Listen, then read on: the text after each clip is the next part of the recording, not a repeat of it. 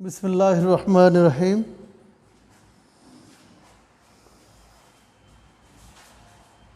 Firstly, peace be upon you. How are you, my dear learners? Hope you all are well at home with your relations. I am also well by the grace of my Creator. In my earlier classes, I discussed on article, use of phrase, words, and completing sentences. Now, I will deliver my lecture on right form of verbs. Right form of verb from your English second paper. Okay? It will come in your exam question number 5. Right form of verb.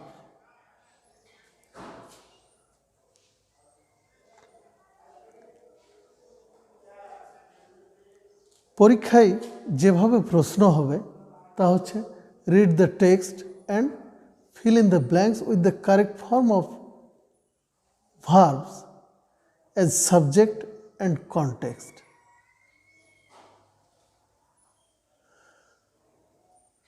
There will have 10 gaps in a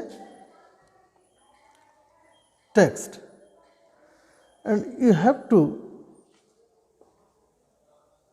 do the right form of the verbs provided in the bracket. Okay? আসলে right form of ভার্বের বিষয়টা হচ্ছে বাক্যে ভার্বের সঠিক রূপটির ব্যবহার করা। ঠিক আছে? যেমন as for example,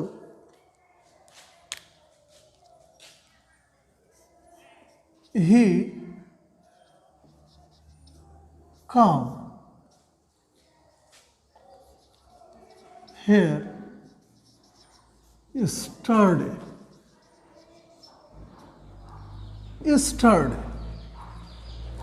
একটা কোশ্চেন সেন্টেন্স। এখন he comes here yesterday. Subject third person singular number, তাই ভার্বের শেষে এস বা ইয়েস যোগ করলাম, হেয়ার দিলাম, ইয়েস্টারডে দিলাম। কিন্তু এই বাক্যটি সঠিক নয়, কারণ এখানে টাইম ইন্ডিকেটিং ওয়ার্ড আছে ইয়েস্টারডে।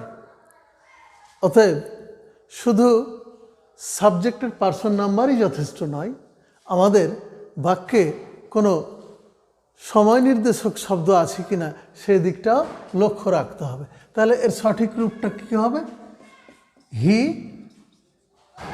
Came here yesterday. তিনি এখানে গতদিন এসেছেন বা গতকাল এসেছেন। হ্যাঁ, তাহলে এই কেম এটা হচ্ছে রাইট ফর্ম অফ ভার্ব। ঠিক আছে? তাহলে আমাদেরকে এই রাইট ফর্ম অফ ভার্বের জন্য টেন্সের, ভয়েস এবং সাবজেক্ট, ভার্ব এগ্রিমেন্ট, কন্ডিশনস এগুলোর উপর ভালো দখল রাখতে হবে এবং বাক্যের মধ্যে কোনো সময় নির্দেশক শব্দ আছে কি না এটাও খেয়াল রাখতে হবে। এবার আমরা কিছু প্রবলেমে চলে যাব।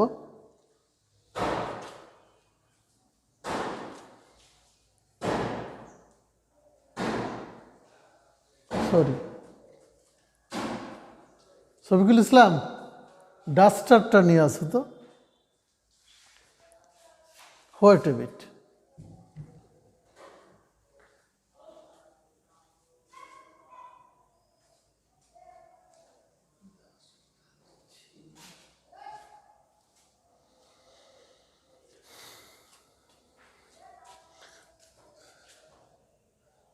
যদি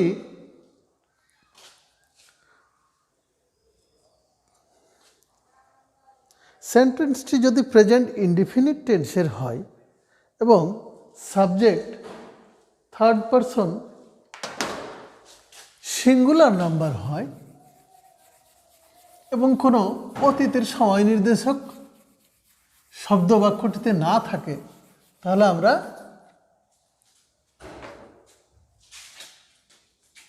পূর্বের বাক্যটি হি কাম হিয়ার,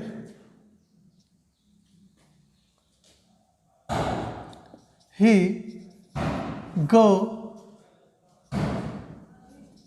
there,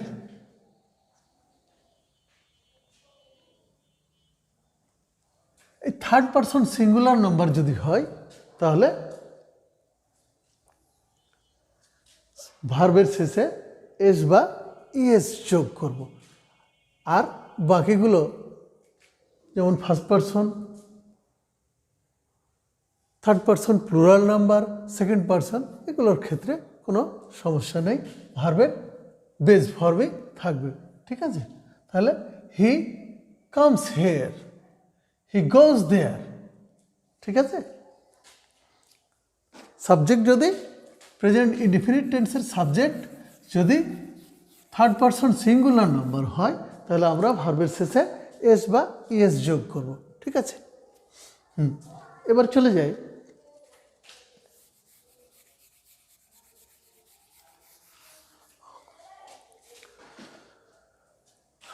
বাক্যে যদি always, regularly, everyday, daily, usually, normally, generally ইত্যাদি থাকে, অকেশনালি ইত্যাদি যদি থাকে তাহলে এই বাক্যটির প্রেজেন্ট ইনডিফিনিট টেন্স হয়। ঠিক আছে, as for example,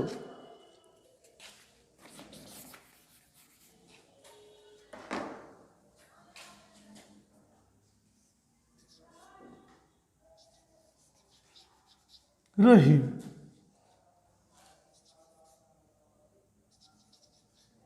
always read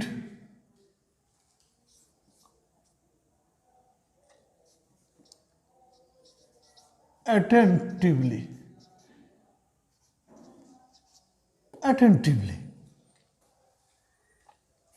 তাহলে বাক্যটিতে আমরা দেখতে পাচ্ছি অলওয়েজ রয়েছে, তাই না? তাহলে আমরা একটু পূর্বেই জানলাম যদি কোনো বাক্যে always, everyday, daily, regularly, often, occasionally, generally, normally ইত্যাদি থাকে তাহলে সে বাক্যটা আমরা ভেবে নেব যে এটা প্রেজেন্ট ইনডিফিনিট টেন্সের হবে।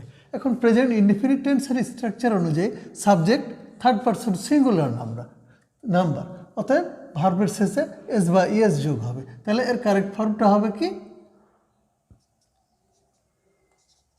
Reads attentively. তাহলে রহিম অলওয়েজ রিডস অ্যাটেন্টিভলি, রহিম সর্বদাই মনোযোগের সাথে পড়াশোনা করে। কেমন? ঠিক এমনিভাবে। হ্যাঁ, এবার আমরা চলে যাই, যদি কোনো বাক্যে প্রেজেন্ট ইনডিফিনিট টেন্সের কোনো বাক্যে অক্সিলিয়ারি ভার্ব না থাকে এবং বাক্যটিকে নেগেটিভ করতে বলা হয়, he not read regularly, he not read regularly, that means এটা এই নট দিয়ে ভার্ব যদি ব্র্যাকেটে থাকে তাহলে বাক্যটাকে আমাদের নেগেটিভ করতে হবে। কেমন? তাহলে এবার চলে আসি, আমরা এর পূর্বে জেনেছি regularly, daily, occasionally, normally, generally, everyday, often, always ইত্যাদি থাকলে আমরা ভেবে নেব যে এটা প্রেজেন্ট ইনডিফিনিট টেন্সের বাক্য। এখন এটাকে নেগেটিভ করতে হবে। হ্যাঁ, এখন নেগেটিভ করতে হলে যদি subject third person singular number হয় তাহলে আমরা অক্সিলিয়ারি ভার্ব হিসেবে কী নেব, নেগেটিভ কীভাবে করব? তাহলে he does not read regularly. সে প্রত্যহ পড়াশোনা করে না, বুঝলো? তাহলে থার্ড পারসন সিঙ্গুলার নাম্বার যদি হয় তাহলে ডাজ নট, এবং অন্যান্য পারসন নাম্বারের ক্ষেত্রে ডু নট দিয়ে আমরা বাক্যটাকে নেগেটিভ করব। যেমন আই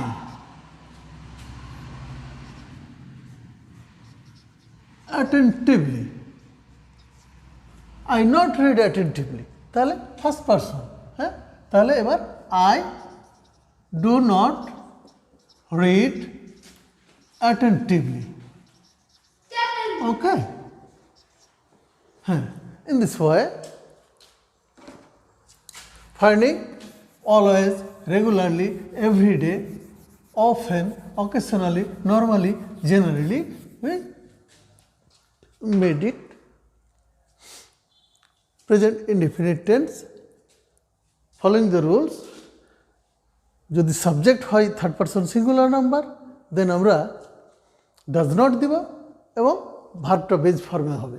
এবং যদি সাবজেক্ট অন্য, এই থার্ড পারসন সিঙ্গুলার নাম্বার ছাড়া অন্য হয় তাহলে, অর্থাৎ ফার্স্ট পারসন অথবা সেকেন্ড পারসন অথবা থার্ড পারসন প্লুরাল নাম্বার হয়, তাহলে আমরা ডু নট দিব এবং বেজ ফর্মে ভার্ব দেব।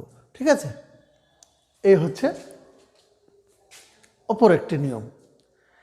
এবার চলে যাই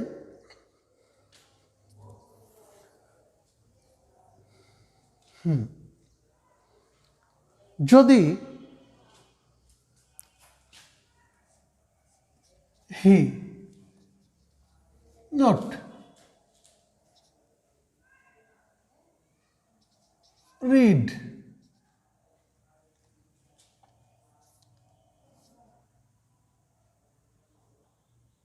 attentively,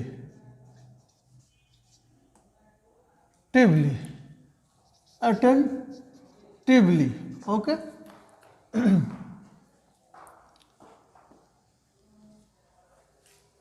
এই ধরনের যদি থাকে, বাক্যের শেষে দেখা যাচ্ছে বাক্যটি নেগেটিভ করতে হবে এবং বাক্যের শেষে সাইন অফ ইন্টারোগেশন আছে, কোনো WH ওয়ার্ড নেই, তাহলে আমরা কি করব? এখানে যেহেতু subject third person singular number, অতএব ডাজন্ট হি রিড অ্যাটেন্টিভলি। ওকে, এভাবে এ হচ্ছে কারেক্ট ফর্ম। হ্যাঁ, যেহেতু third person singular number, does not হতো, ওই ডাজটা সাবজেক্টের পূর্বে নিতে হবে, তারপর সাবজেক্ট নিলাম এবং তারপরে বেজ ফর্মে ভার্ব বাকিটুকু বাক্যের। হ্যাঁ, ক্লিয়ার? এবার চলে যাই, যদি কোনো বাক্য প্রেজেন্ট ইনডিফিনিট টেন্সেরই কোনো বাক্য বা অন্য কোনো টেন্সেরও he come tomorrow,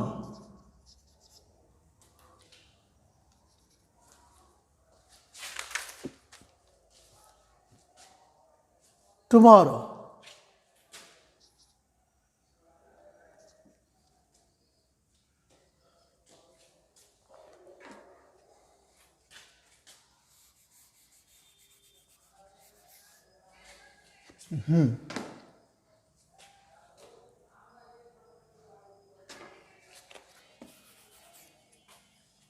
WH word, when he দেয়া আছে,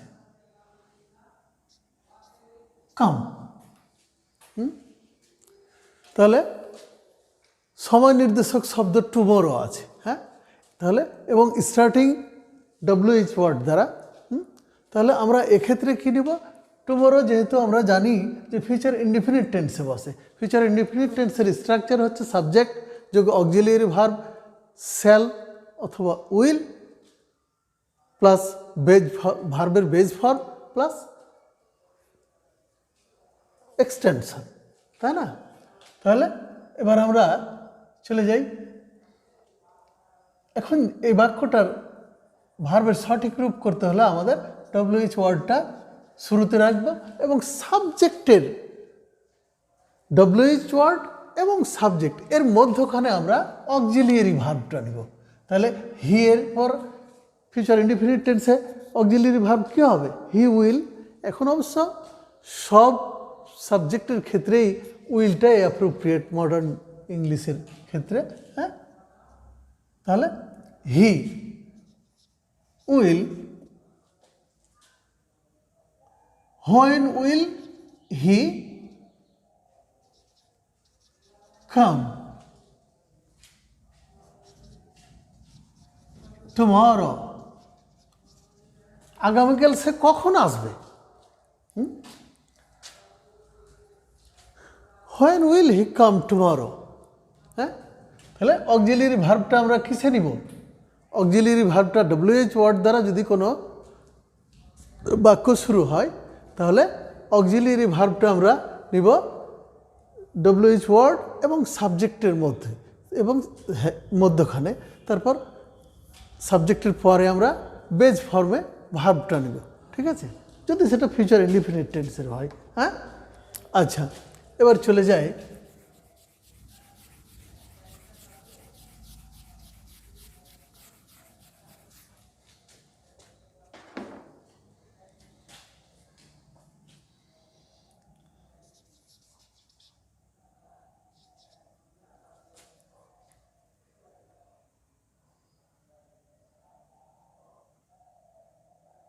হ্যাঁ, এবার চলে আসি when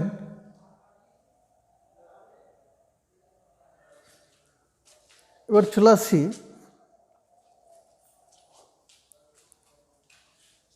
what you do tomorrow। তাহলে কি হবে? হট এটাও কিন্তু WH word. What, how, when, whose,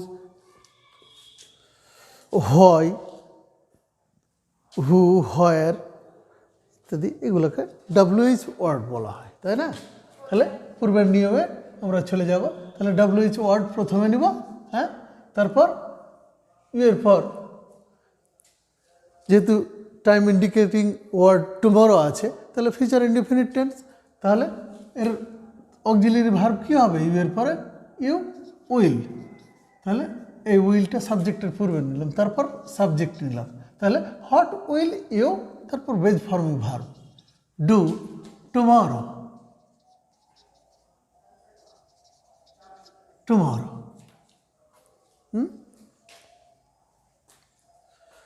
তুমি আগামীকাল কি করবে? হ্যাঁ, in this way we will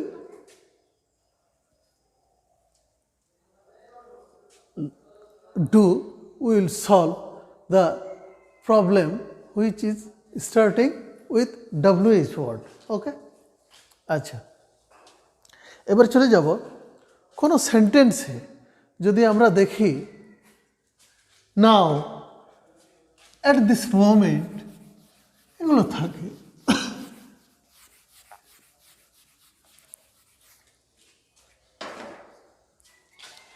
I if নাও, যদি কোনো বাক্যে নাও বা অ্যাট দিস মোমেন্ট এগুলো থাকে তাহলে আমরা ভেবে নিব যে এটা প্রেজেন্ট কন্টিনিউয়াস টেন্সের বাক্য হবে, ঠিক আছে?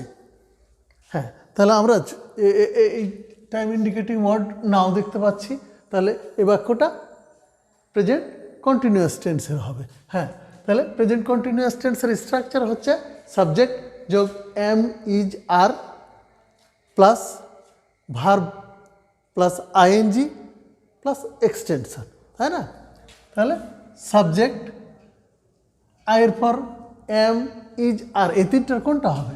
এম, আই এম, ভার্বের সাথে আইএনজি যোগ। হ্যাঁ, তাহলে আই এম ইটিং নাও।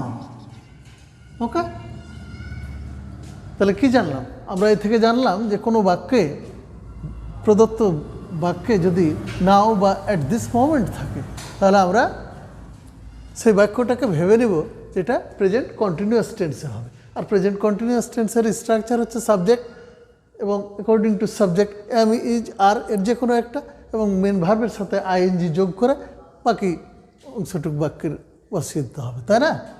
হ্যাঁ, এবার চলে যাব অপর একটি নিয়মে। যদি কোনো বাক্যে আমরা দেখি লেটলি, রিসেন্টলি, অলরেডি,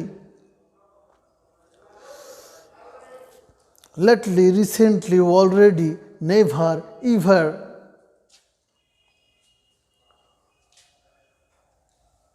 yet ইত্যাদি থাকে, তাহলে সে বাক্যটার হবে প্রেজেন্ট পারফেক্ট টেন্স, তাই না? হি ফিনিশ,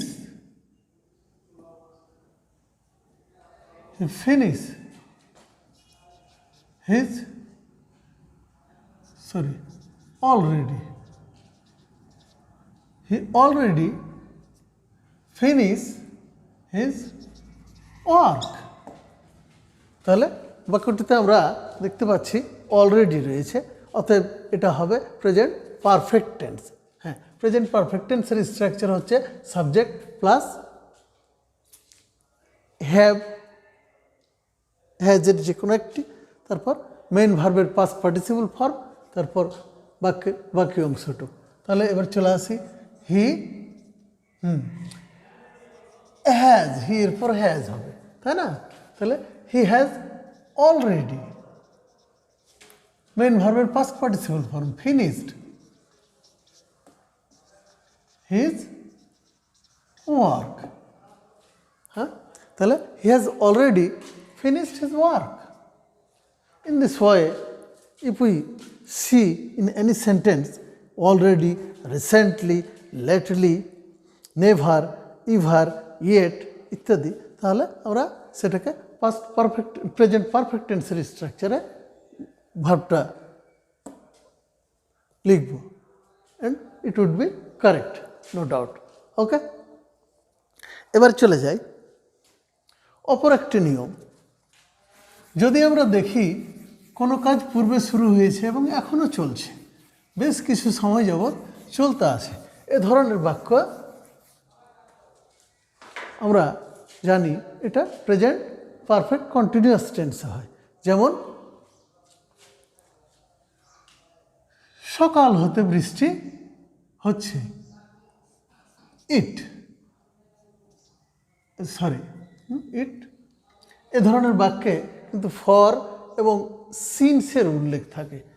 পয়েন্ট অফ টাইমের ক্ষেত্রে সিন্স ব্যবহার হয়, পিরিয়ড অফ টাইমের ক্ষেত্রে ফর ব্যবহার হয়। ব্যাপক সময় বোঝালে ফর ব্যবহার হয়, এবং নির্দিষ্ট সময় যদি উল্লেখ থাকে তাহলে তার পূর্বে সিন্স ব্যবহার হয়। হ্যাঁ, তাহলে এবার চলে আসি ইট রেইন,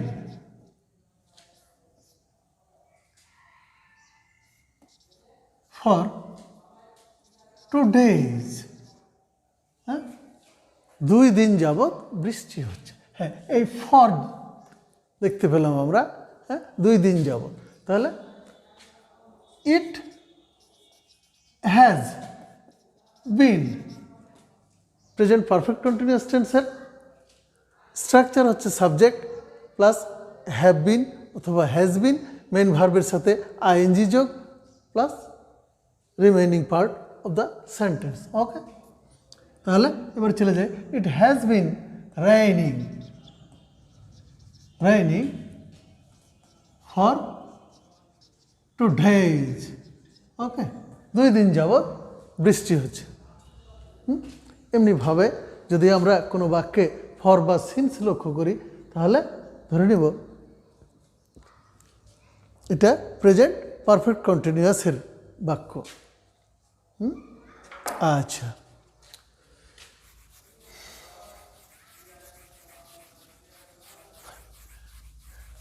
ঠিক একইভাবে অতীত নির্দেশক শব্দ বা ফ্রেজ যদি কোনো বাক্যে থাকে তাহলে আমরা ভেবে নেব যে পূর্বেই যেমন বলেছিলাম, হি কাম হোম ইয়েস্টারডে। তাহলে অতীত নির্দেশক শব্দ যদি কোনো বাক্যে থাকে তাহলে সেই বাক্যটার ভার্বটির সঠিক রূপ হবে ভার্বটির পাস্ট ফর্ম, তাই না? হ্যাঁ, তাহলে এই ভার্বটির রাইট ফর্মটা কী হবে? He came home yesterday. Okay, yesterday, যেহেতু টাইম ইন্ডিকেটিং ওয়ার্ড ইয়েস্টারডে এখানে আছে। ঠিক তেমনিভাবে যদি কোনো বাক্যে আমরা দেখি last year, last night, last day, in the following year, next year, long since, once, ago, yesterday ইত্যাদি সময় নির্দেশক, অতীত সময় নির্দেশক শব্দ থাকে, তাহলে আমরা সেটার পাস্ট ইনডিফিনিট টেন্সের স্ট্রাকচারে রাইট ফর্মটা করবো ভার্বের, তাই না? হ্যাঁ, এবার চলে যাই। আচ্ছা, পাস্ট ইনডিফিনিট টেন্সের স্ট্রাকচারটা তো অবশ্যই জানা আছে, সাবজেক্ট যোগ ভার্বের পাস্ট ফর্ম প্লাস এক্সটেনশন। ওকে, হ্যাঁ,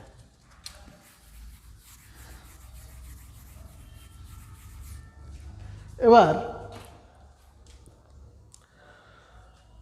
যদি কোনো বাক্যে আমরা লক্ষ্য করি দেন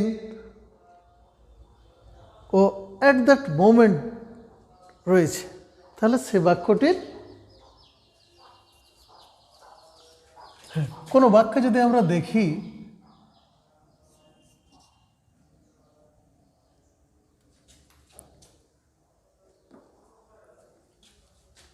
হি read, then when I went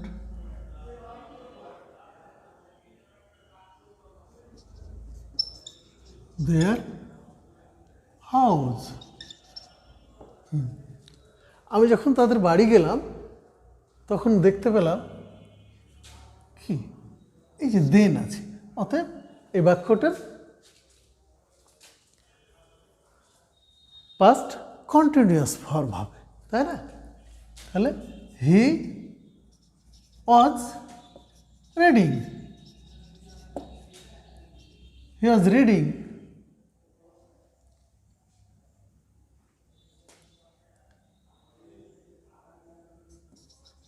then he was reading, then when I went to their house, I went to their house. ওকে, তাহলে কোনো বাক্যে যদি আমরা দেখি যে দেন অথবা অ্যাট দ্যাট মোমেন্ট রয়েছে, তাহলে আমরা ধরে নেব এই বাক্যটা রাইট ভার্বের রাইট ফর্ম হবে পাস্ট কন্টিনিউয়াস টেন্সের অক্সিলিয়ারি ভার্ব প্লাস ভার্বের সাথে আইএনজি যোগ, তাই না? অজ অথবা were plus verb plus ING, তাই না? যেমন he was reading, he was reading, main ভার্বের সাথে আইএনজি যোগ, সাবজেক্টের পার্সন নাম্বার অনুযায়ী অজ অথবা ওয়ার নেব, ঠিক আছে? এভাবে অনেক নিয়ম, তোমরা যথাযথ চেষ্টা করবে এগুলো মেমোরিতে রাখার জন্য। You'll try your best to keep these rules over right form of verbs in your memory. There are about 100 rules over right form of verbs. Don't get nervous. You will try your best to memorize these rules, and once everything will easy to you. Okay? I try to terminate my lecture here today. See you again. Allah Hafiz to you all. May Allah provide you a peaceful and safe and sound life.